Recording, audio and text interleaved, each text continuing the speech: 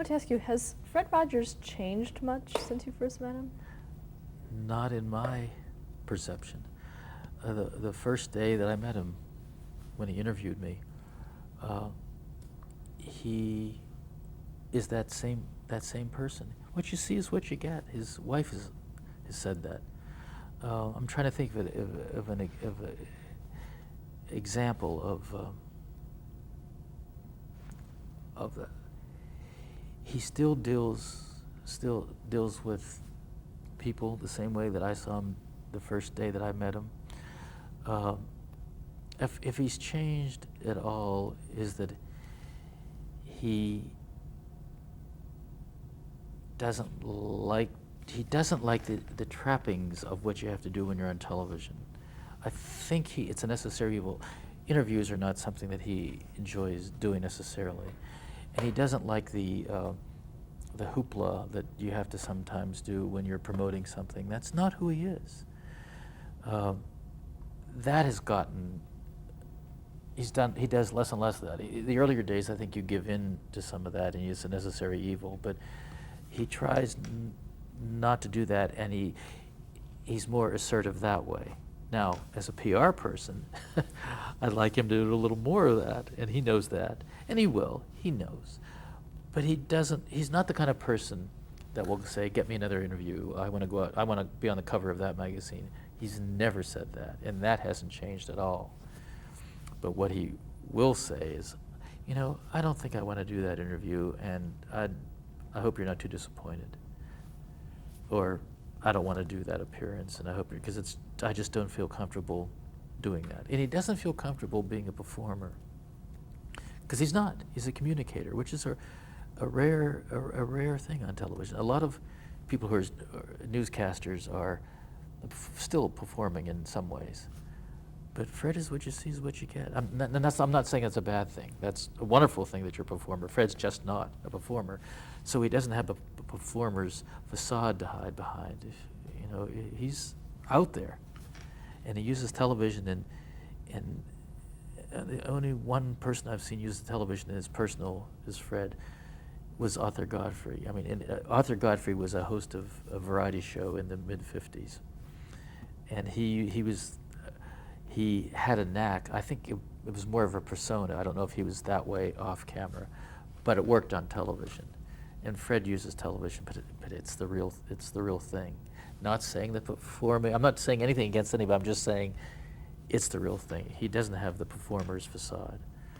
I'm getting off your question of how has he changed, and I guess I really can't answer it too well because he hasn't changed that much, except for putting his foot down a little bit more when I try to get him to do things. But I understand. How about you? Has he sort of served as a catalyst for any change in you in the past few years? That's a good question.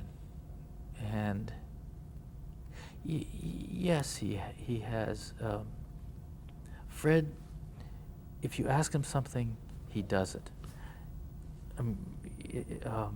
He's not, I forgot to do that, I won't do it.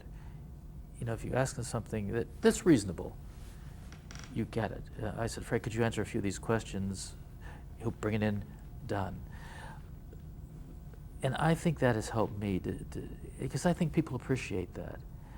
And of course, he probably didn't want to do everything that I've asked him to do or write, but he did it. Because it's also professional too. And that has helped me too, to see his discipline. He's a very disciplined man, and I respect that. And that has helped me try to be, not that I'm not trying to be Fred Rogers, I never can. And he doesn't want to be David Newell either. But I think you learn from people, and I've learned so much from him. The other day we were talking about something about language, teaching a certain language on television with one of our scripts. And he said, I'd rather do it subliminally. The word subliminally is, how do you say that word? Subliminally. Yes, rather than teaching. He said, I don't want people to think that learning a language is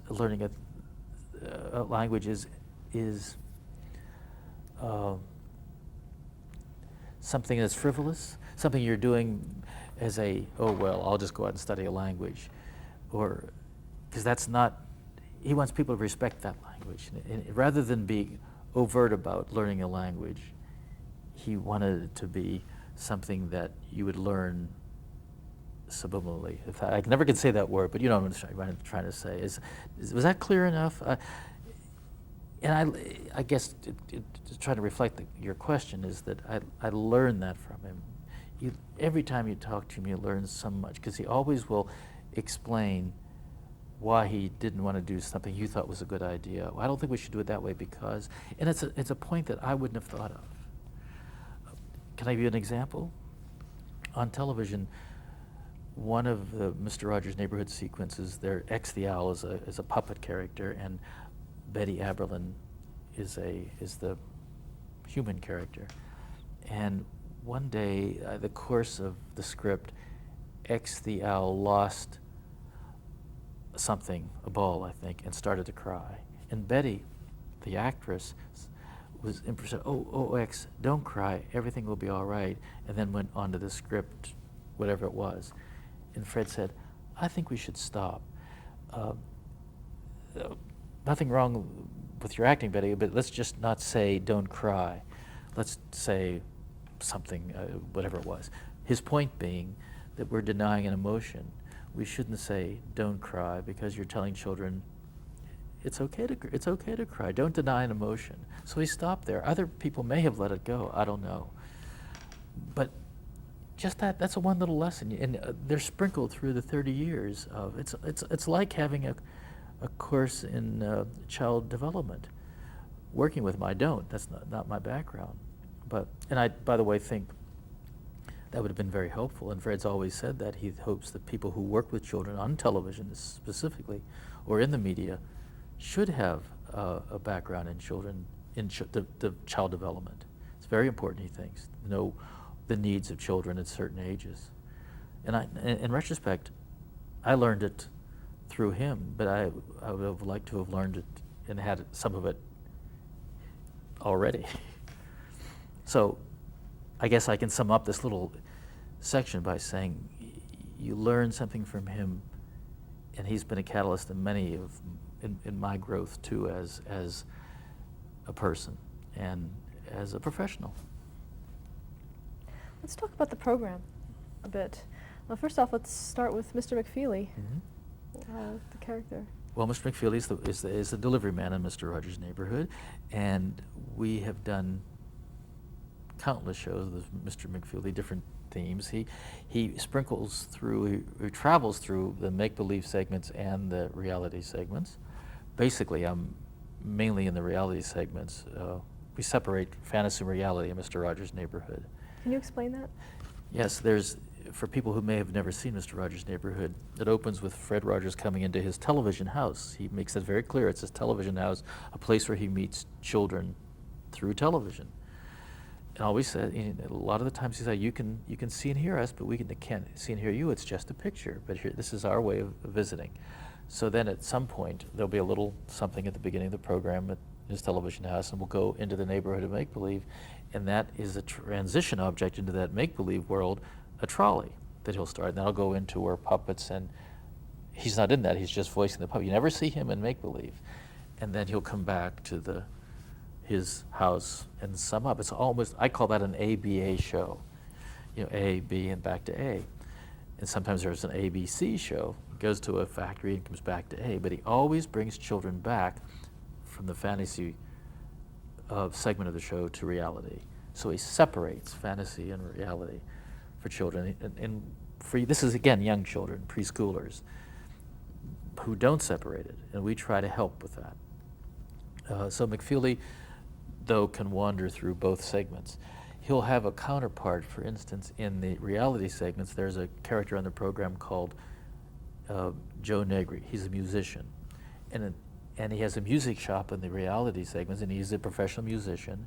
But in the neighborhood of make-believe segments, he's a handyman, handy person, I guess you say, Negri. So there's that link. And then he'll lead into these make-believe segments by saying, let's pretend that today, in make-believe, Mr. McFeely is delivering a a violin to King Friday, who ordered the king and sets it up. So it's all woven together like a symphony of sorts. There's subtexts going too. That's hard to explain, but there are a lot of subtleties that I think people don't see on first viewing. So it takes a while. I think Mr. Rogers' Neighborhood, if people watch it and watch it, whenever, and watch it maybe when it's not on the air anymore, it was a program that took about a week to understand what Fred was getting at. Not that you wouldn't understand it the first time through, but I think you needed a few days to see the consistency. And that's another word for Fred too, jumping back, he's very consistent in real life and on television. And children appreciate that too, the consistency of knowing that the trusted adult is there for them to visit with on television. He calls it a television visit too, not a show, but a visit or a program. He likes the word visit because that's what he is doing, and that's what he's feeling. He's visiting with those children. The television friend, he calls it. Can you talk about the concept of neighborhood and neighbors? Well, Fred grew up in a town very much like Mr. Rogers' Neighborhood, a small town, Latrobe, Pennsylvania. And a lot of the elements are there. And he had a very supportive childhood. His parents and neighbors and aunts and uncles were very much involved with him and his friends. And they respected each other, and there was a lot of love, I think. This is my interpretation of and I think it's pretty close. In that concept of neighborhood, and he hopes, I think, that children see this. And then, again, the word subliminal, that they pick it up, that people are treating each other with respect, but they won't hesitate to say, today you made me angry, and here's why you made me angry. That's okay. And you can do that within a context of love, I think. And that's Mr. Rogers' Neighborhood. And I think that's the overall, the neighborhood stands for a neighbor, a symbolism, I guess, a neighborhood where everyone doesn't get along all the time perfect. That's not a perfect world, but it's a model of what could be. It's a lesson there too, I think. There's a lot of lessons to be learned in the neighborhood concept, I think, the interaction between people. But I think, and I've heard this a lot from viewers too, and through letters, that how there's a lot of put-down humor in a lot of entertainment in the past, present, and the future. There's, I think, a lot of put-down humor. And consequently, I don't think it shows a respect for people. Fred would never do that. He's showing respect to children. That's a lesson, and that all comes in that sort of neighborhood where people love and respect each other. But it's not to say they can't disagree or have fights. Now, this may sound ideal, but I think sometimes you have to be ideal to get a lesson across too. This is my sort of, off the top of my head, analyzing what your question was. Did that make sense somewhat? And I think basically I'm not too far off. A lot of the segments have him going into the neighborhood and visiting people and places. How are those done?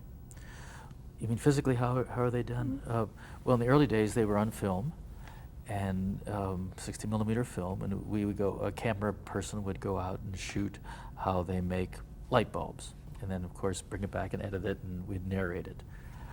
Now we go out and with tape, and sometimes it's Fred on location visiting people who have interesting occupations. For instance, we went to visit Maya Lin. She's the creator of the Vietnamese wall. In Washington, D.C., there's a wall with all of the victims of the Vietnam conflict, I guess you'd call it. She designed that wall. Anyhow, we went to her studio to see how she creates. And here's another lesson. It's a woman doing a very, very important job as an architect. So those segments were done on location. Fred would go and find out how she does it, where her ideas come from, and how she executes it. And again, it's a little gem of a lesson of respect, and Fred respecting what she does so much to want to show children the potpourri of what's around them, a sculptor, a baker, a plumber. It doesn't matter. He wants to show what's in that neighborhood. Now, does he meet with those people beforehand? Uh-huh. A lot of times if we don't have the chance, he'll meet maybe on that day, but if it's a complicated sequence or if he doesn't know the person, he'll try to go in a day earlier and meet with them and have a walkthrough and find out a little bit more about them. You know, when you're being interviewed, when an interviewer is interviewing Fred, he always ends up interviewing them. He wants to find out who they are and where they came from and where they went to school. And it takes longer that way because he'll ask them questions. But it goes back to wanting to know a little bit more about that person. And those films that you were asking about are those segments, those when we go out somewhere, how a light bulb is made. For a while, this is his learning, how he's changed a little bit too. The first years, it was how a light bulb is made. Now, he says, and it's very subtle, how people make light bulbs. He always wants children to know that it's the human element. It takes a person to do things.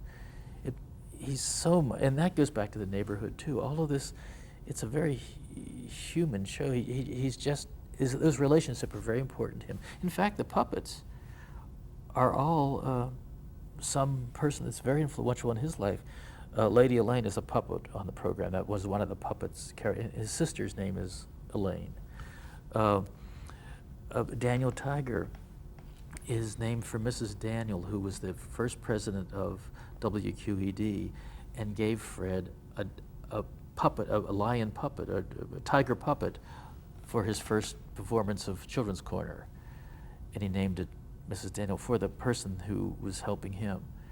So, and McFeely is his grandfather. And there's other names within the program that go back to somebody that's very important in his life. Harriet was his aunt's name. There's a cow puppet on the program. And that, it all goes back to that human connection. That's my interpretation. Talk about some of the performers on the show. Chuck Aber. Chuck Aber is a singer. He's been on the program now, I guess. I've been here 31 years. I think Chuck came along about 10 years later. He's neighbor Aber. That's the character he plays, and Chuck's such a good actor and a wonderful performer. And he just recently, the year in 1998, was in a production of Music Man. He's a good performer and a singer. But there are different characters he's played. The first time he was on the program, he played a guard in the neighborhood who was bringing. I can't remember he played a guard. In other words, he has played different characters within the fantasy sections of the program. It gave him based on a character that was in the earlier Mr. Rogers' Neighborhood. There was a character by the name of Mr. Anybody's. This is an actor who one day was a baseball player, the next day he was a fireman, et cetera, et cetera. Well, Neighbor Aber, although he remains the assistant mayor of Westwood, which is a section of the neighborhood of make-believe, he has played different things within the program. And Mayor Maggie is the mayor of Westwood. Who plays Mayor Maggie? And her name is Maggie Stewart, and she's a singer and a performer, and she and Chuck Aber are from Westwood, and Westwood being another section of the neighborhood of make-believe. Betty Aberlin plays Lady Aberlin, who's the king's niece, and Betty is a wonderful performer. She's her background is in theater, and she starred in I'm Getting My Act Together and Taking It on the Road. That was a musical that was produced in the 70s and 80s in New York City. She toured with that for a long while, but was in the original company in New York City. Her background is mainly as an actress. Joe Negri, who plays Handyman Negri on the program, and Joe Negri is a wonderful musician. He's a guitarist, one of the top guitarists in the country, who's played with every symphony and performer, from Peggy Lee to Johnny Mathis he's just so good. But he stayed here in Pittsburgh and makes his living as a musician, and on our program plays the character of Handyman Joe Negri. Chef Brockett, Don Brockett, passed away in the mid-90s. He, again, was a performer and a writer and did a lot of nightclub work and cabaret performers and commercials. Bob Trow, who played, and he passed away in 98, started an early radio in a program called Cordick and Company in Pittsburgh. That was one of the first radio shows, live radio shows with sketches, and he was part of that company. And I remember listening to him too in early radio in Pittsburgh. So we have a little, I guess you could call it a repertory company of performers on Mr. Rogers' Neighborhood, and they are performers basically. They're actors who play a part. Fred is the host, and he is Mr. Rogers, and he's who he is, not a performer. But again, going back to my analogy of where all the elements that are funneled through Fred. If I've left anybody out, there's another character by the name of Miss Prolificate, or Audrey Prolificate is her name on the program. And Prolificate is Paul Liff, and Paul is the name of a friend, and the name is put together, Paulificate. I wish I could remember all of the people who that name stands for, but Audrey is another character on Mr. Rogers' Neighborhood. Her real name is Audrey Roth. So the characters, the main characters on Mr. Rogers' Neighborhood as the adult live characters, actors on the program are Chuck Aber, Neighbor Aber, Maggie Stewart, Mayor Maggie, Joe Negri, Handyman Negri, Audrey Roth, Miss Prolificate, and the two of deceased is Don Brockett, who played Chef Brockett, and Bob Trow, who played Bob Dog, Robert Troll, and himself on the program. And there was one other who I mentioned earlier, John Reardon, who's since passed away, was in our operas, and he was Fred's good friend, and his wife, Joanne Rogers, is a good friend. They all met in school.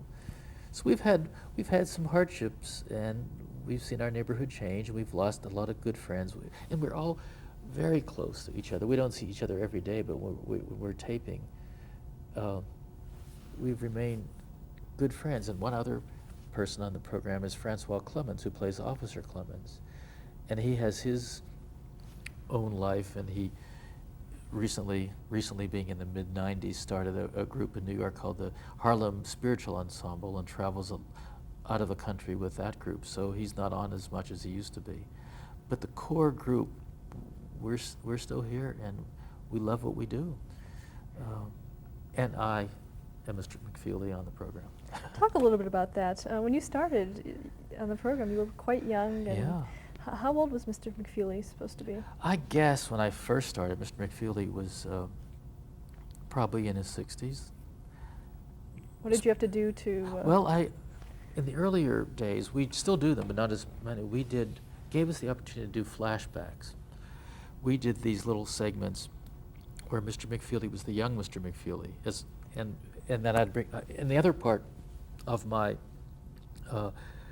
love is that I love film too, and I would bring. So Fred wrote in that Mr. McFeely's a film collector, and he would have Mr. McFeely bring over to his house, Mr. Rogers' house, the film of when I bought my first Victrola with a horn. So we taped a segment of Mr. McFeely buying his first Victrola. Sometimes we do his memories. I remember when I bought my first Victrola, so then it fades in and we show the young Mr. McFeely. So I didn't have to be in my character makeup. I was the young Mr. McFeely. But what I had to do to be a character was basically a gray wig and the glasses, and at the time I had a real mustache, since that worked into it too. And over the years I've come and gone with the mustache, so I have to replace it when I do Mr. McFeely. McFeely character has sort of orange glasses and the delivery man outfit and gray hair, which is a wig, and a gray mustache. And it's not a lot of makeup, but it really changes. Most people don't recognize me as I am now without the character. Oh, are you Mr. McFeely? They don't, it must, but it's not a lot of makeup. You know, it's like when they do movie characters, they spend 5 hours in the makeup room, and I spend about a half hour, and people don't know that it's me. And I don't think about it much, and I sometimes forget when I'm working in back of the camera that I'm Mr. McFeely. Where I'm out when we're shooting something, I go with my other hat on, being the PR person. I forget that I am McFeely, and I become the PR person. So I have a distinct, and I think unusual career of being on camera. And when I'm not on camera, I'm as busy or busier being the promotion person for the program, and being Fred's assistant, or being with him when he's out making a speech, just to help, because it's tough when he's out. He has a lot of demands on his time. So I usually try to travel with him and help him in that way. And I forget that I'm McFeely. Occasionally people say, that voice sounds familiar, and I guess that's how they remember, or they identify me through the voice. I don't know, I've never thought about it much, but I can only say that for 31 years that I've been doing the character, I never get tired of it. And I just love it, because I love so much of what I'm doing. And that's mentored, in quotes, by Fred, who loves what he's doing and is really dedicated to what he's doing. And it's honest. It's not he's doing it because he's getting a paycheck or his contract or whatever. He's doing because of his love for children. That's where it comes from. He really cares about children and families. And I think if there were a better way other than television of reaching that many families, he would do that. And television is a vehicle, I think, for his message. Talk about Mr. McFeely's tagline. Speedy delivery. I think, I don't know this for a fact, but I think the first taping we did, there were some lines for it. It's scripted, although it may not seem like it is, but we have a script. And I was delivering an aardvark. That was not an aardvark, armadillo. You know what an armadillo is? That was my first delivery. And that tied in, by the way, armadillo is armored. That ties in with what I was telling you earlier. The first show had something to do in the neighborhood of make-believe with the helmet that I was making for King Friday, or I made for King Friday. There was a theme. Even then, these were all connected. So the armadillo that I brought it in and we talked about it a little bit, and I took it back to the zoo where it was on loan. That's part of the script. And I was leaving. I said, well, I have to get it back because I told the curator I'd bring it back. So I'm on my way with more deliveries, and speedy delivery. And I just think I said that off, just threw it in. Now it's not Shakespeare, yes, but it stuck. And sometimes the character is known as Speedy or Speedy Delivery, and they forget the name McFeely, but is known sometimes as Speedy Delivery. And most people know who the character is. It's fascinating. I go out to appearances. I was one time in, there's a public television station in the Virgin Islands, and they had their 19th anniversary, and they've been 19 years in the Virgin Islands. And I went there for their anniversary celebration as McFeely in the town square, and they had tons of kids come out. And these were all native kids who grew up with the program in the Virgin Islands. And that's the power of television. And you don't know who's out there watching until you get a chance to go out and see who really is, and meeting them. That's what I love about it, meeting the people who watch the program. Let's stop there to change the tape.